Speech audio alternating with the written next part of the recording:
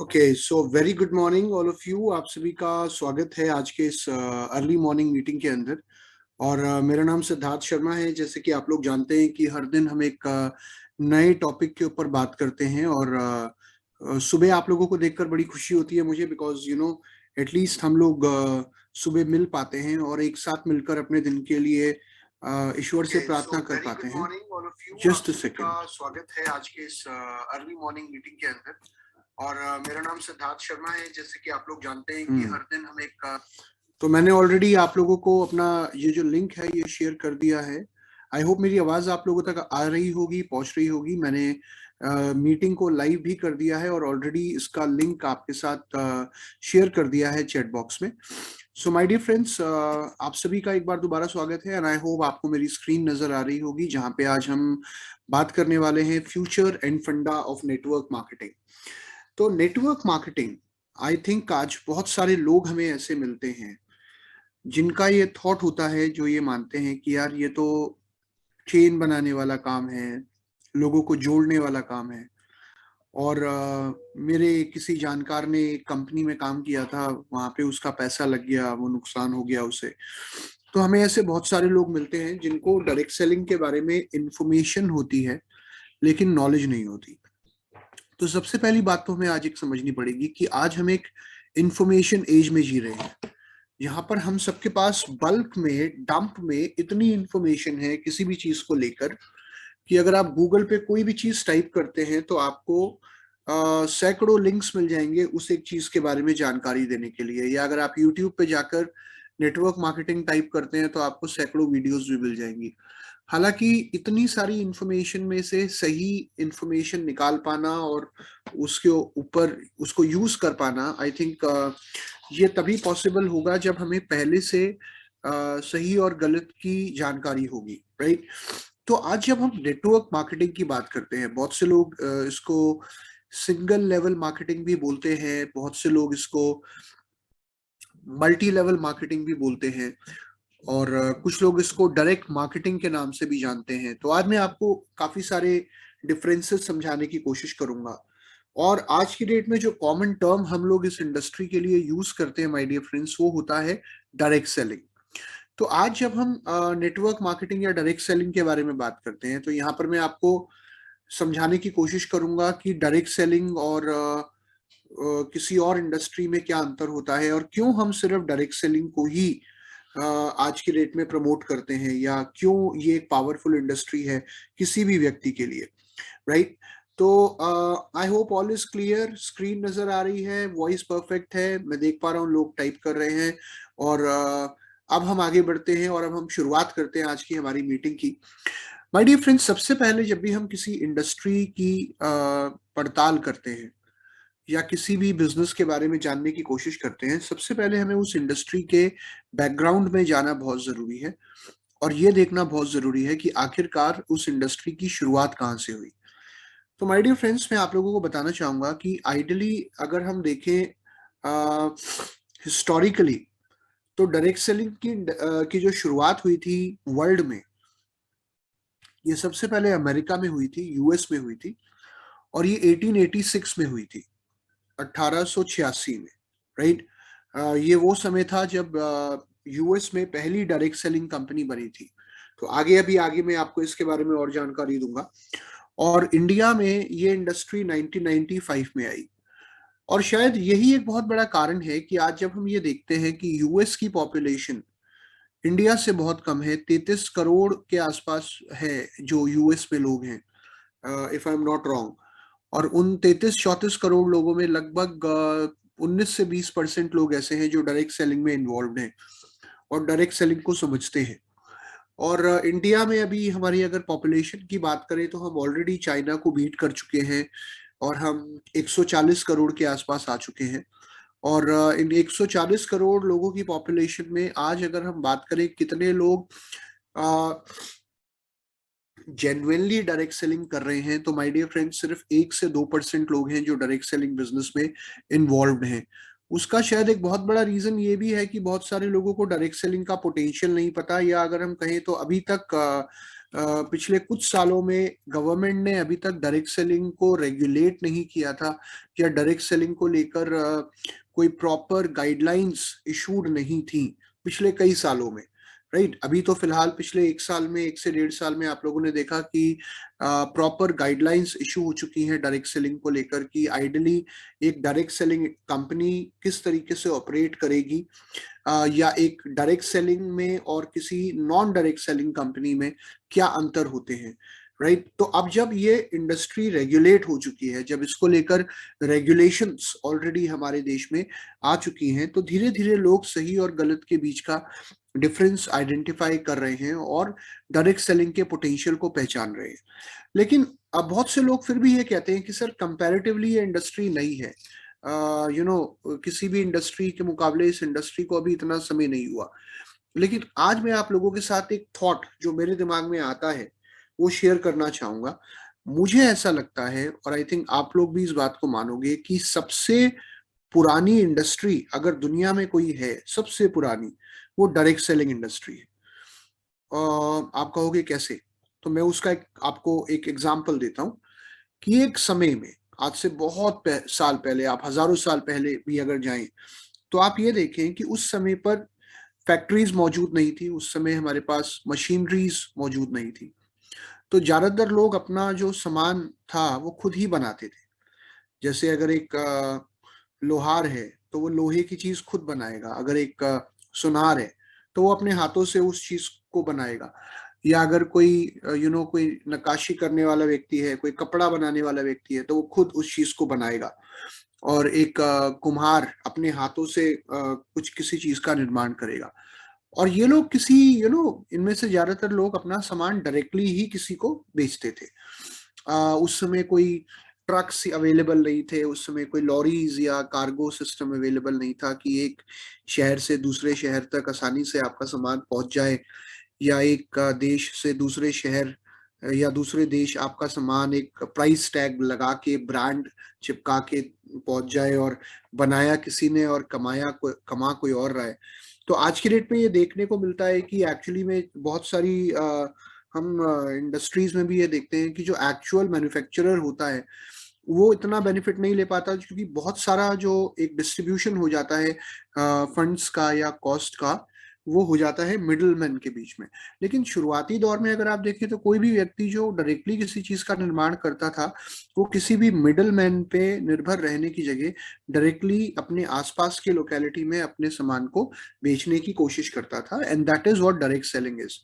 Right, ताकि उसको पूरा उस चीज का बेनिफिट मिल पाए। नाउ समय के साथ बहुत सारे डिस्ट्रीब्यूशन चैनल्स क्रिएट हुए, ट्रांसपोर्ट फैसिलिटी बहुत इम्प्रूव हुई, और जो मार्केट का जो एक्सपेंशन है वो बहुत ज्यादा हुआ। तो जिसके करके आज की डेट में आप ये देखते हैं कि एक व्यक्ति इंडिया में बैठा है और वो कोई चीज बना रहा है, तो वो चीज यूएस में भी बिक रही है, या किसी और कंट्री में, या किसी दूसरे शहर में आप देखते हैं कि उसी एक चीज को आप बिकते हुए देखते हैं। क्योंकि डिस्ट्रीब्यूशन चैनल्स इतने ज्यादा आज की डेट में वास्ट हो चुके हैं कि कोई भी व्यक्ति अपने इस स्ट्रॉन्ग डिस्ट्रीब्यूशन चैनल्स के माध्यम से अपने प्रोडक्ट को किसी भी व्यक्ति तक पहुंचा सकता है।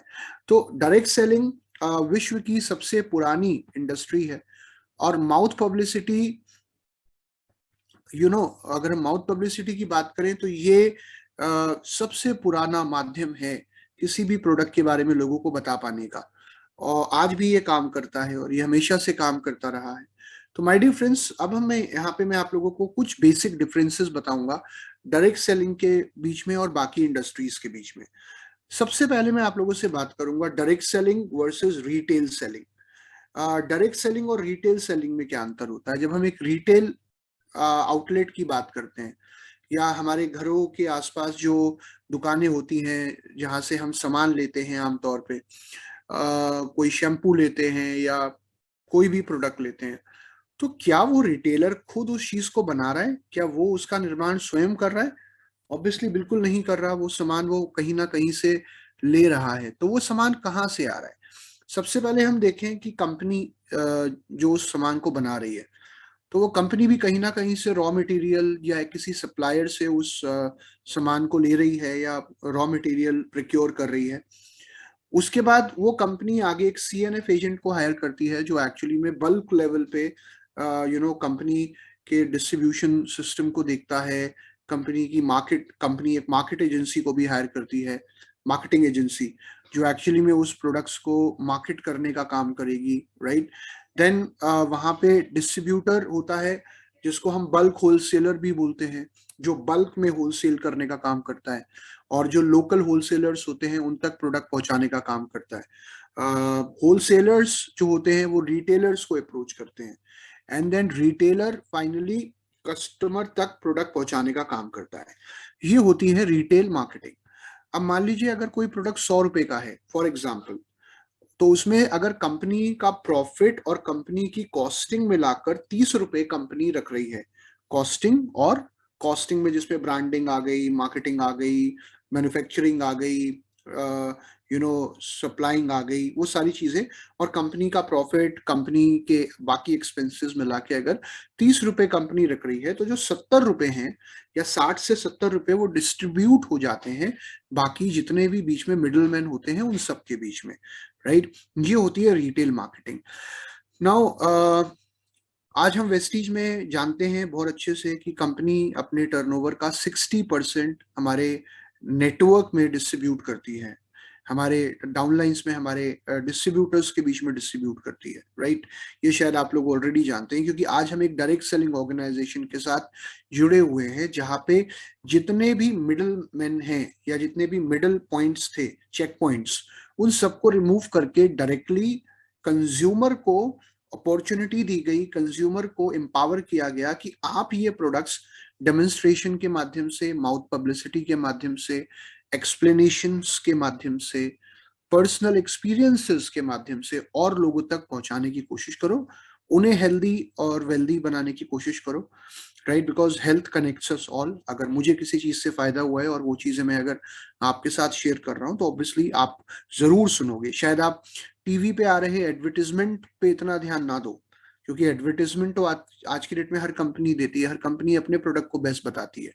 लेकिन जब कंज्यूमर किसी कंपनी के प्रोडक्ट को बेस्ट बताना शुरू कर दे, और वो भी पर्सनली 1-to-1 माउथ पब्लिसिटी के माध्यम से, तो लोग उस बात से ज्यादा प्रभावित होते हैं। क्योंकि आज की डेट में अगर हम बात करें, एक कंज्यूमर पहले से कहीं ज्यादा जागरूक है। आज की डेट में एक कंज्यूमर किसी भी कंपनी की एडवर्टीजमेंट पे इतना भरोसा नहीं करता, लेकिन वो एक दूसरे कंज्यूमर के एक्सपीरियंस के ऊपर जरूर भरोसा करता है। जैसे फॉर एग्जांपल मान लीजिए अगर मैं अपनी फैमिली को किसी होटल में डिनर के लिए लेकर जाना चाहता हूँ और मैं उस होटल में पहले कभी नहीं गया, तो मैं क्या करूंगा, मैं जाकर रिव्यूज चेक करूंगा उस होटल के, कि जो बाकी कस्टमर्स अभी तक उस होटल में आए हैं उनका क्या एक्सपीरियंस रहा या उन्होंने क्या रेटिंग दी है उस होटल को। कोई मूवी आप देखने जाना चाहते हैं तो ऑब्वियसली आप पहले उसकी रेटिंग्स या उसके रिव्यूज चेक करते हैं।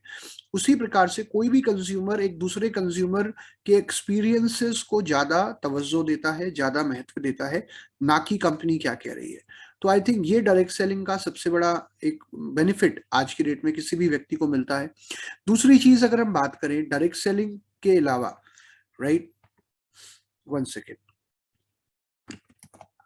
डायरेक्ट सेलिंग के अलावा अगर हम बात करें कि और कौन से मॉडल्स होते हैं जिनके थ्रू प्रोडक्ट लोगों तक पहुंचाए जाते हैं, तो एक मॉडल जो मैं आप लोगों को बताना चाहूंगा वो है फ्रेंचाइज मॉडल।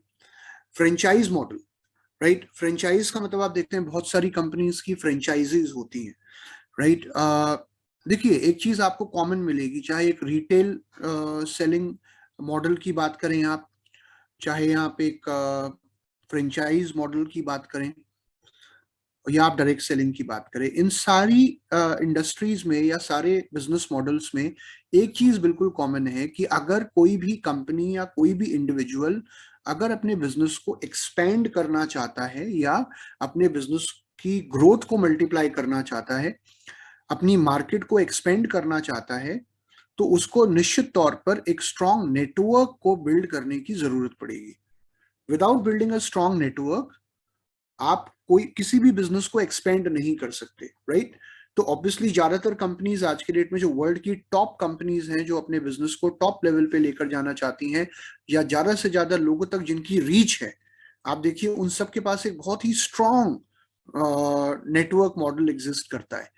हालांकि अगर हम बात करें फ्रेंचाइज मॉडल की, तो बहुत सारी कंपनीज फ्रेंचाइज मॉडल को अडॉप्ट करती हैं। तो उसमें क्या होता है कि एक कंपनी लोगों को फ्रेंचाइज देती है, जिसमें पहले उनसे एक इनिशियल फीस ली जाती है, उनको एक सेटअप लगाना होता है, उनकी बहुत स्ट्रॉन्ग कैपिटल इन्वेस्टमेंट होती है जो फ्रेंचाइज लेता है जो व्यक्ति, यानी कि आपको एक अच्छा खासा और काफी अच्छा खासा निवेश करके आप वो फ्रेंचाइज लेते हो। उसके बाद कंपनी की बहुत सारी पॉलिसीज होती हैं जिनके साथ आपको कंप्लाई करना पड़ता है, कि गेट कैसा होना चाहिए, गेट में एंट्री में ब्रांडिंग कैसी होनी चाहिए, अंदर का सेटअप कैसा होना चाहिए, आप क्या कह सकते हैं कस्टमर को, क्या नहीं कह सकते। जितनी भी पॉलिसीज होंगी उस कंपनी की आपको फॉलो करनी पड़ती हैं। और वहां पे बहुत ही स्ट्रिंजेंट टारगेट्स होते हैं आपके ऊपर, सेल्स के। अगर आप फ्रेंचाइज मॉडल में कभी रहे हैं या किसी व्यक्ति को आप जानते हैं जो फ्रेंचाइज में रहा है, तो कंपनी के टारगेट्स होते हैं कि इतनी सेल आपको देनी पड़ेगी। कई बार बहुत सारी कंपनीज जब ये देखती हैं कि कोई पर्टिकुलर फ्रेंचाइज मॉडल में कोई फ्रेंचाइज अगर बिजनेस नहीं लेकर आ पा रहा है, तो कंपनी 2 मिनट नहीं लगाती है उन फ्रेंचाइजीज को बंद करने में, राइट। क्योंकि ये सारी अथॉरिटी कंपनी के पास रहती है। वहां पर जो फ्रेंचाइज होता है वो एक सेल्स मैन की तरह ही काम करता है, जहां पे अगर हम देखें तो आप एक एक्सक्लूसिव टेरिटरी भी होती है। एक सबसे बड़ी बात होती है कि अगर मैं एक फ्रेंचाइज ले रखी है मैंने किसी एक एरिया में, लेट्स से दिल्ली के किसी एक पॉश कॉलोनी में मैंने एक फ्रेंचाइज खोली किसी कंपनी की। फ्रेंचाइज क्या होती है, जैसे आप देखते हैं हर जगह मैकडोनल्ड्स देखते हैं आप, राइट।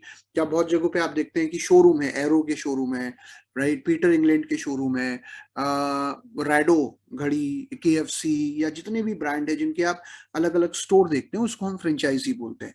तो अगर मैंने एक स्टोर खोला है लेट्स से किसी एक एरिया में, तो मैं दूसरे एरिया में स्टोर नहीं खोल सकता, या दूसरे एरिया में जाके अपने बिजनेस को प्रमोट नहीं कर सकता। उसी एक एरिया में मैं अपने बिजनेस को प्रमोट कर सकता हूँ। तो उस टेरिटरी में ही आप काम करोगे, उस टेरिटरी के बाहर जाकर आप कंपनी की परमिशन के बगैर अपने बिजनेस को एक्सपेंड नहीं कर सकते। ये एक फ्रेंचाइज मॉडल के अंदर होता है, राइट। तो यहाँ मैं किसी मॉडल को गलत नहीं बोल रहा हूँ, यहाँ मैं किसी भी मॉडल की बुराई नहीं कर रहा हूँ। यहाँ मैं सिर्फ आपको एक डिफरेंस समझाने की कोशिश कर रहा हूँ, ताकि आप अपने आप से निर्णय ले पाओ कि हमारे लिए कौन सा बिजनेस मॉडल बेस्ट है, राइट। तो डायरेक्ट सेलिंग की अगर हम बात करें, बीइंग अ डायरेक्ट सेलर, आप अपने बिजनेस को कहीं पर भी लेकर जा सकते हैं। तो कंपनी आपको ये पूरी लिबर्टी देती है कि आप जहां चाहें अपने बिजनेस को एक्सपेंड कर सकते हैं। आपके ऊपर कोई रोक टोक नहीं है, क्योंकि कंपनी ने ऑलरेडी एक बहुत ही स्ट्रॉन्ग इंफ्रास्ट्रक्चरल सेटअप आपके लिए प्रोवाइड किया हुआ है। आप रिटेल बिजनेस की बात करें या अगर आप फ्रेंचाइज मॉडल की बात करें, फ्रेंचाइज मॉडल में भी और रिटेल मॉडल में भी, अगर मैं अपने बिजनेस को स्टार्ट करना चाहता हूं या अपने बिजनेस को एक्सपेंड करना चाहता हूं, तो मेरे को एक स्ट्रॉन्ग इंफ्रास्ट्रक्चरल सेटअप की जरूरत पड़ेगी, जहां पे मुझे बहुत इंपॉर्टेंट होगा मेरे लिए कि मेरे प्रोडक्ट जहां जहां मैं अपने बिजनेस को लेकर जाना चाहता हूं वहां वहां अवेलेबल हो।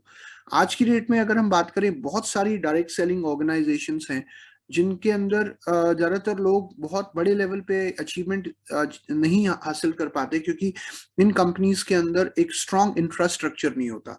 उनके वेयर हाउसेस हर जगह मौजूद नहीं होते, उनकी BLCPs या अगर उनके पिकअप पॉइंट्स की बात करूं तो वो हर जगह मौजूद नहीं होते।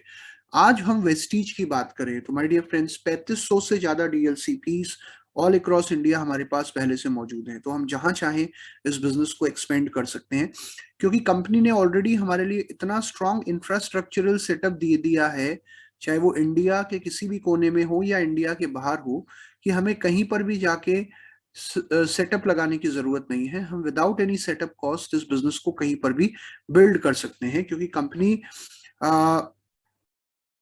राइट, क्योंकि ये जो मीटिंग है, ओके, मैं रिक्वेस्ट करूंगा लोग प्लीज बीच में कमेंट ना करें, एक दूसरे को कमेंट ना करें। आपको अगर कोई बात कहनी है तो आप मुझसे कहें, किसी को पिन पॉइंट ना करें, और सिर्फ अपनी अपनी स्क्रीन पे ध्यान रखें और मेरे को देखें, किसी और कुछ औरों की स्क्रीन को ना देखें, राइट, लीव इट।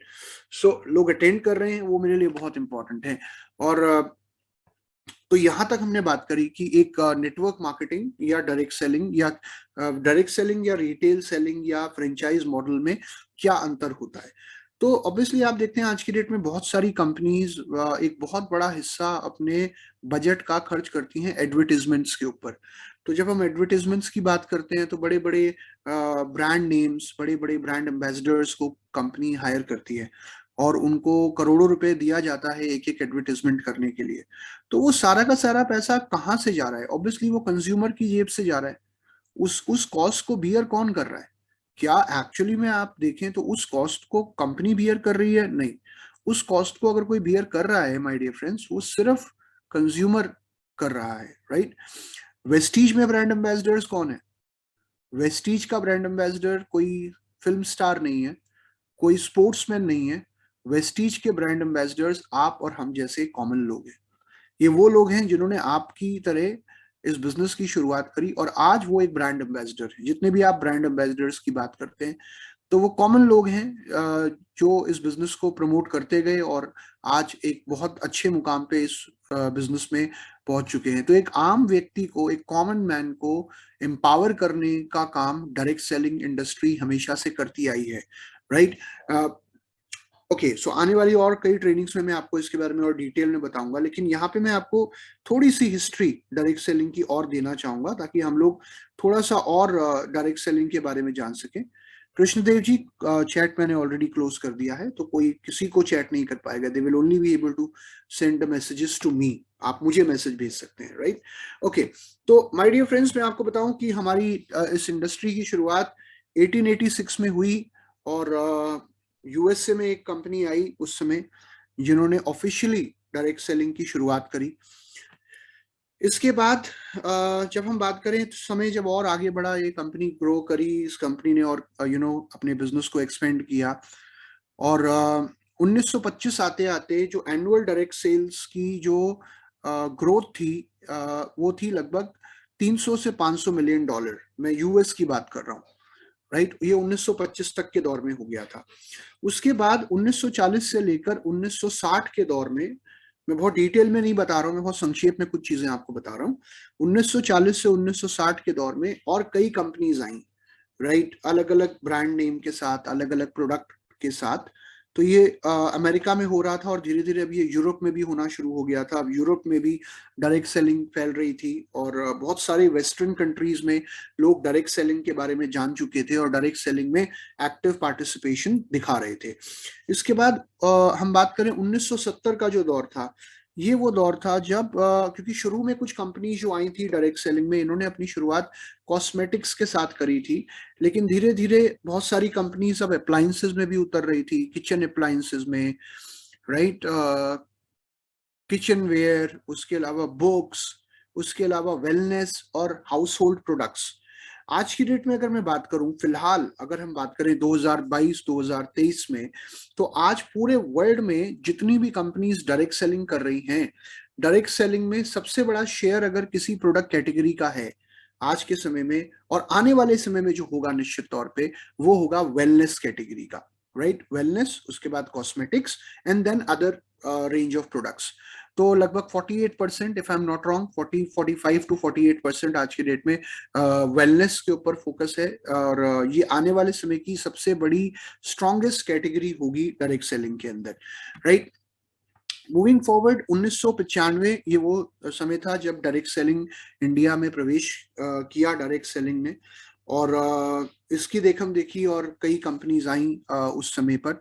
और फिर जब बहुत सारे कंपिटिटर्स, बहुत सारे लोग इंडिया में आ चुके थे और कुछ लोग डायरेक्ट सेलिंग के बारे में जान चुके थे और बहुत से लोग जानना शुरू कर रहे थे, उस समय एक ऐसा रिवॉल्यूशन इंडिया के अंदर आया जिसने इंडिया के अंदर डायरेक्ट सेलिंग के मायनों को बदल के रख दिया, जिसने इंडिया के अंदर लोगों की सोच डायरेक्ट सेलिंग को लेकर पूरी तरीके से बदल के रख दी।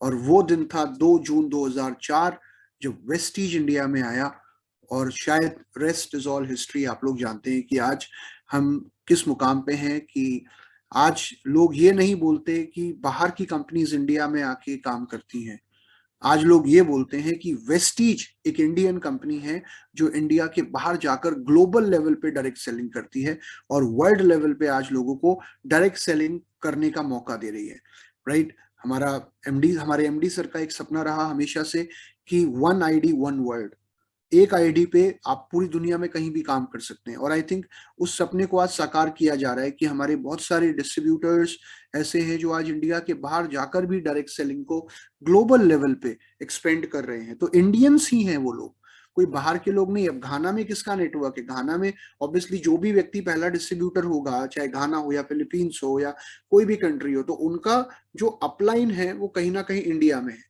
राइट? तो आज आप देखें तो ऑब्वियसली एक इकोनॉमी को स्ट्रांग करने का काम, अपने देश को मजबूत करने का काम आज हम लोग कर रहे हैं, बिकॉज आज हम इंडिया के बाहर जाके डायरेक्ट सेलिंग को एक ग्लोबल लेवल पे एक्सपेंड कर रहे हैं, और सही मायनों में डायरेक्ट सेलिंग क्या होती है वो लोगों को समझा रहे हैं, लोगों तक पहुंचाने की कोशिश कर रहे हैं।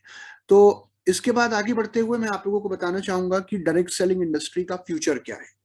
फिकी और केपीएमजी। नाउ केपीएमजी क्या है, फिकी क्या है, आप जानते हैं ये एक रेगुलेटरी बॉडी है और हमारे देश की। और केपीएमजी एक जानी मानी रिसर्च ऑर्गेनाइजेशन है, राइट? तो केपीएमजी है, डिलॉयट, मैकिंजी, इन सबको आप इनकी बातें जो होती हैं वॉट एवर दिस से, वो आमतौर पर बहुत ही रिसर्च के बाद वो अपनी बातें लोगों के आगे रखते हैं। तो केपीएमजी के अनुसार 2025 में डायरेक्ट सेलिंग इंडस्ट्री, अगर मैं सिर्फ इंडियन डायरेक्ट सेलिंग इंडस्ट्री की बात करूं, तो वो 64,500 करोड़ पे होगी, राइट? इतना बड़ा पोटेंशियल है अगर हम सिर्फ डायरेक्ट सेलिंग की बात करें। फ्यूचर क्या है डायरेक्ट सेलिंग का, माय डियर फ्रेंड्स? 2025 में ये एस्टिमेट किया गया है कि डायरेक्ट सेलिंग इंडस्ट्री में जो इंडियन मार्केट के अंदर जो पोटेंशियल है डायरेक्ट सेलिंग का, 64,500 करोड़, राइट? और इसके अलावा ये टर्नओवर होगा इंडियन डायरेक्ट सेलिंग इंडस्ट्री का। लगभग 1.8 करोड़ लोगों को 1.8 crore people will get self employment, यानी कि 1.8 करोड़ लोग इंडिया के अंदर ऐसे होंगे जो डायरेक्ट सेलिंग के माध्यम से सक्सेसफुली अपने लिए बिजनेस क्रिएट कर चुके होंगे बाय 2025। उसके अलावा अगर मैं आपको बताऊं कि वुमेन एम्पावरमेंट पे डायरेक्ट सेलिंग आज की डेट में बहुत ज्यादा तेजी से काम कर रही है किसी भी और इंडस्ट्री के मुकाबले। तो 2025 तक ये आकलन किया गया है एज पर केपीएमजी कि 1.1 करोड़ वुमेन, राइट, 1.1 करोड़ महिलाएं ऐसी होंगी जो इकोनॉमिकली एम्पावर हो चुकी होंगी डायरेक्ट सेलिंग इंडस्ट्री के माध्यम से। उसके अलावा अगर मैं आपको बताऊं तो ये एक बहुत बड़ा एस्टिमेट है कि 2025 तक Indian direct selling industry 9,000 crore का टैक्स जनरेट कर देगी for Indian economy. Indian exchequer जो हमारा कोष है, जो राजकोष जिसको हम बोलते हैं, वहां पे 9,000 करोड़ से ज्यादा का कंट्रीब्यूशन डायरेक्ट सेलिंग इंडस्ट्री का होगा। तो ये कितनी बड़ी बात है। आप ये मैं आपको नहीं बता रहा हूँ, these all are the estimates, right?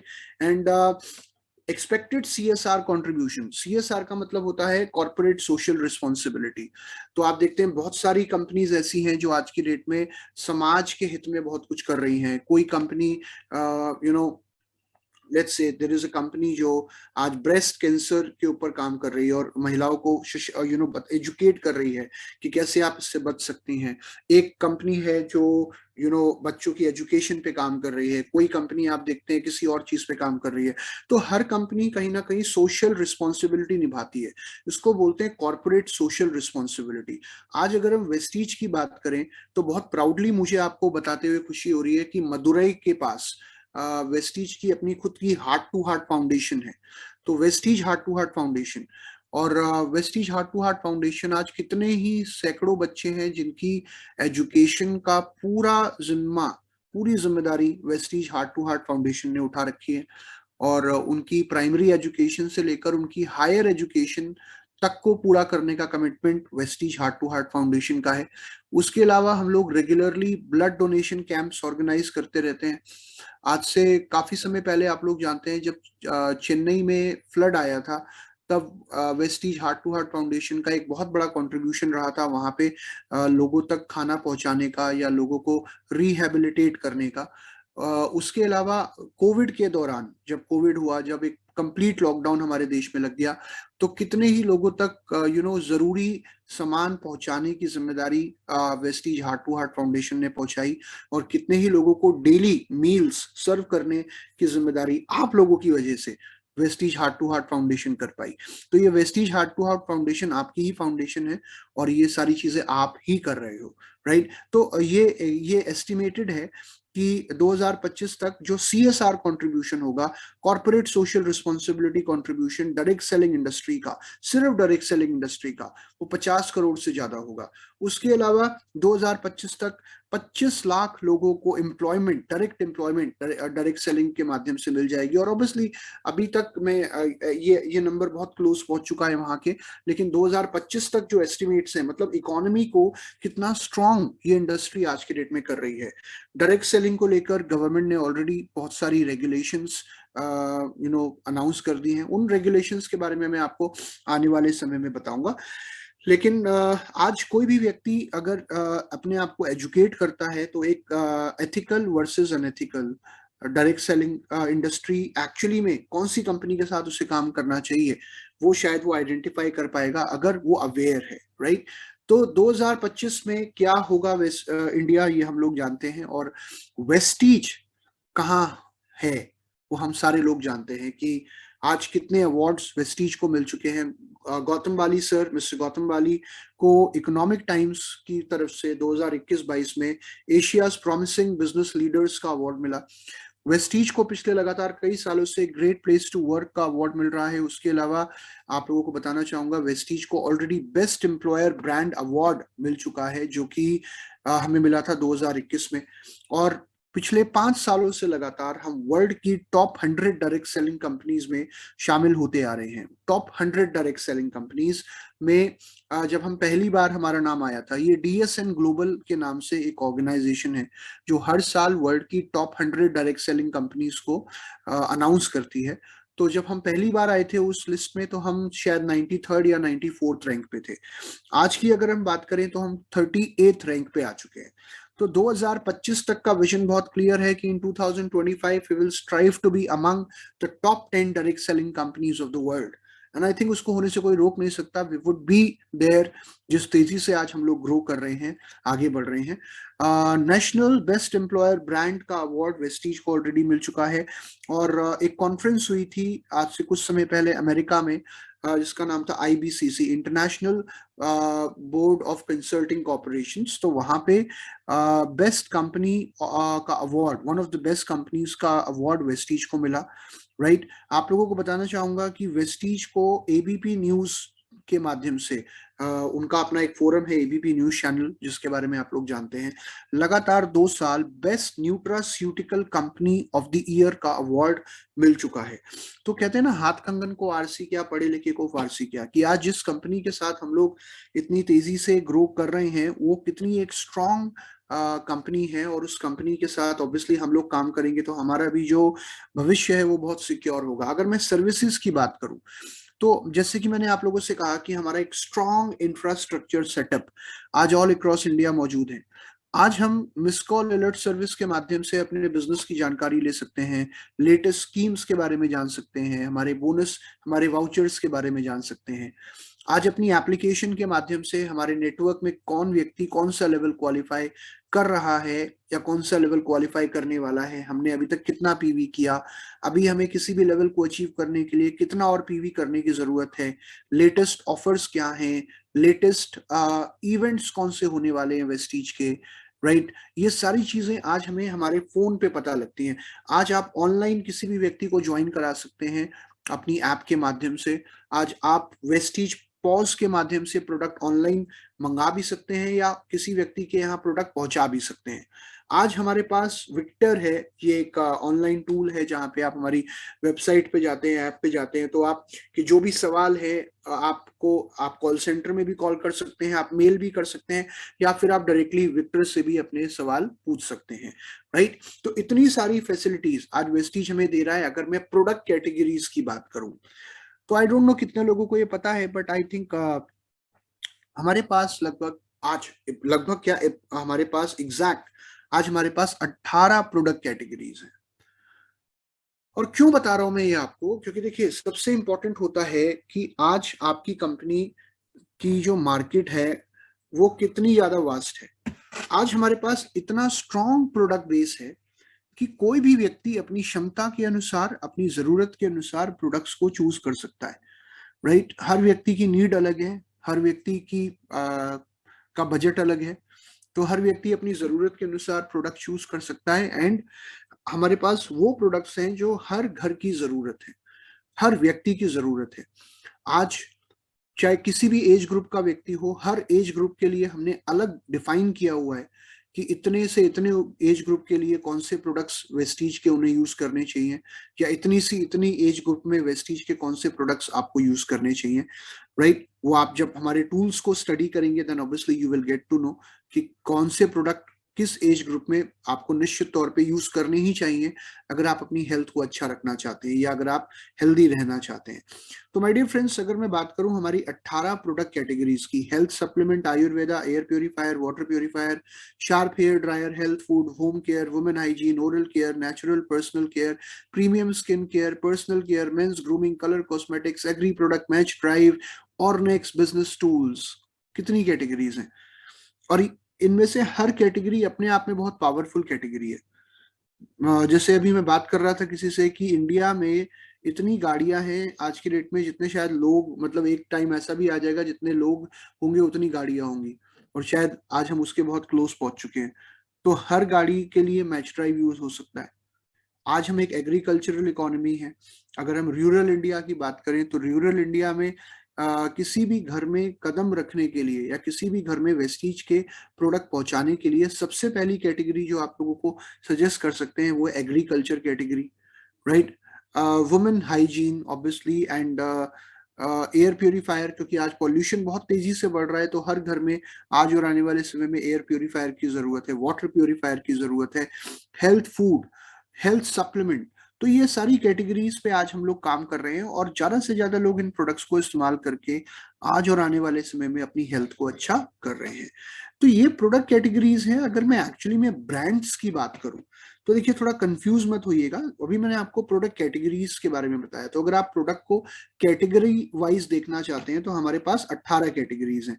लेकिन अगर आप ये देखना चाहते हैं कि वेस्टीज के पास आज कितने ब्रांड्स अवेलेबल हैं, तो माय डियर फ्रेंड्स हमारे पास आज 20 ब्रांड अवेलेबल है। 20 कौन कौन से हैं? Vestige Prime, Vestige, Ayushante, Dew Garden, Hi West, Assure Natural, Assure, Dentassure, Invigo, Zeta, Enerva, Light House, West Care, Agri 82, Match Drive, Truman, Mistral of Milan, SF9, Velino और Next. तो ये हमारे पास 20 ब्रांड्स आज अवेलेबल हैं और इन 20 ब्रांड्स या अगर मैं कहूँ 18 कैटेगरीज, प्रोडक्ट कैटेगरीज के माध्यम से आज ये प्रोडक्ट आप हर व्यक्ति की जरूरत के अनुसार इस्तेमाल कर सकते हैं। मैं अभी आपको आगे बढ़ते हुए कुछ और चीजें भी बताऊंगा कि कैसे एक एथिकल डायरेक्ट सेलिंग कंपनी किसी और अनएथिकल कंपनी से अलग होती है, या क्यों आज हम वेस्टीज का चुनाव करें, या अगर हम अपने लिए कुछ चुनना चाहते हैं तो हमें किन चीजों का ध्यान रखना है। बट फिलहाल मैं आपको कुछ चीजें वेस्टीज के बारे में बता रहा हूँ ताकि द पावर ऑफ वेस्टीज हम लोग आज समझ पाए कि डायरेक्ट सेलिंग में आज हम one of the renowned direct selling company के साथ काम कर रहे हैं। क्योंकि ऑब्वियसली अगर आप अपने बच्चों के लिए किसी स्कूल में अपने बच्चों का एडमिशन कराना चाहते हैं तो कोई भी ये चाहेगा कि मैं अपने बच्चों का बेस्ट स्कूल में एडमिशन कराऊं, कोई भी माँ बाप। या अगर मान लीजिए भगवान न करे घर में कोई बीमार पड़ जाता है तो आप अपने घर के उस व्यक्ति को बेस्ट ट्रीटमेंट देना चाहेंगे, बेस्ट डॉक्टर से कंसल्ट करना चाहेंगे।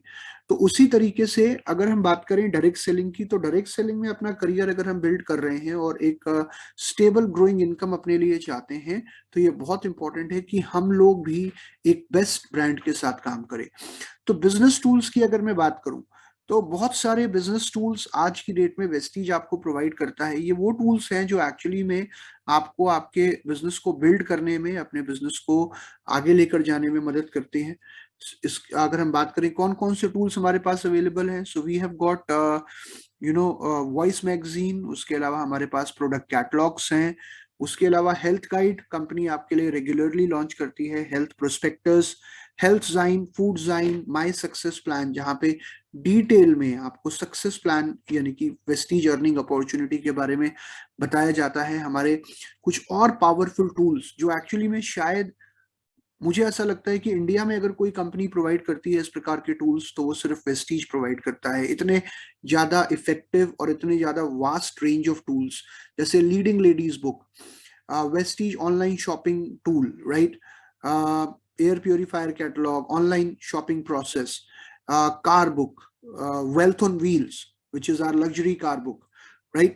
और इन सारे टूल्स के अलावा जो सबसे पावरफुल टूल जो मुझे बहुत पर्सनली बहुत ज्यादा पसंद है, इसको मैं रेगुलरली यूज करता हूँ अपनी खुद की नॉलेज को इंक्रीज करने के लिए और अपने प्रोस्पेक्ट्स को वेस्टीज समझाने के लिए, वो है वेस्टीज का यूट्यूब पेज। तो आज अगर आप हमारे यूट्यूब पेज पे जाते हैं, वेस्टीज का जो ऑफिशियल यूट्यूब पेज है, तो वहां पे आपको देखने को मिलता है कि हमारे पास मल्टीपल लैंग्वेजेस में वीडियोस अवेलेबल हैं, प्रोडक्ट वीडियोस अवेलेबल है। कोई ऐसा प्रोडक्ट नहीं है जिसकी जानकारी हमारे यूट्यूब पेज पे अवेलेबल ना हो। तो अगर आप खुद के लिए कोई प्रोडक्ट यूज करना चाहते हैं, तो आप पहले उस प्रोडक्ट के बारे में अगर जानना चाहते हैं, तो आप यूट्यूब पेज पे जाकर उस प्रोडक्ट को सर्च कर सकते हैं और उसकी आप वीडियो देख सकते हैं। या अगर आप किसी प्रोस्पेक्ट को वो प्रोडक्ट सजेस्ट करना चाहते हैं, तो उसकी वो 2 4 5 मिनट की जो भी वीडियो है, वो वीडियो आप उस व्यक्ति को दिखा सकते हैं। क्योंकि आप शायद आधे घंटे में, या मैं और आप, या शायद हम में से कोई भी आधे घंटे में उतनी अच्छी जानकारी ना दे पाए, लेकिन वो 5 मिनट की वीडियो या 3 मिनट की वीडियो उस व्यक्ति के ज्यादातर डाउट्स क्लियर कर देगी उस एक प्रोडक्ट को लेकर, right? So this is very important कि हम इन टूल्स का इस्तेमाल करें जहां पे हमारे पास बिजनेस की बहुत सारी जानकारी है, सिर्फ प्रोडक्ट की जानकारी नहीं, बल्कि how to be successful in Vestige, health care workshop, VIP, VLC, CNT और इतने सारे अलग अलग ट्रेनिंग प्रोग्राम्स जो आज की डेट में हम लोग ऑफलाइन तो करते ही करते हैं, ये सारी ट्रेनिंग्स आपके पास ऑनलाइन भी अवेलेबल है हमारे यूट्यूब पेज पर। Agri 82, right, agriculture training, personal care trainings. तो नॉलेज की कोई कमी नहीं है। आप जितना ज्यादा अपनी नॉलेज को इंक्रीज करेंगे, जितना ज्यादा अपने बिजनेस के बारे में जानने की कोशिश करेंगे, अपने प्रोडक्ट्स के बारे में जितना रेगुलरली इन डेप्थ, अगर थोड़ा थोड़ा करके भी हर दिन अगर आप अपने प्रोडक्ट के बारे में जानने की कोशिश करते हैं, अपने बिजनेस के बारे में, सक्सेसफुल लोगों के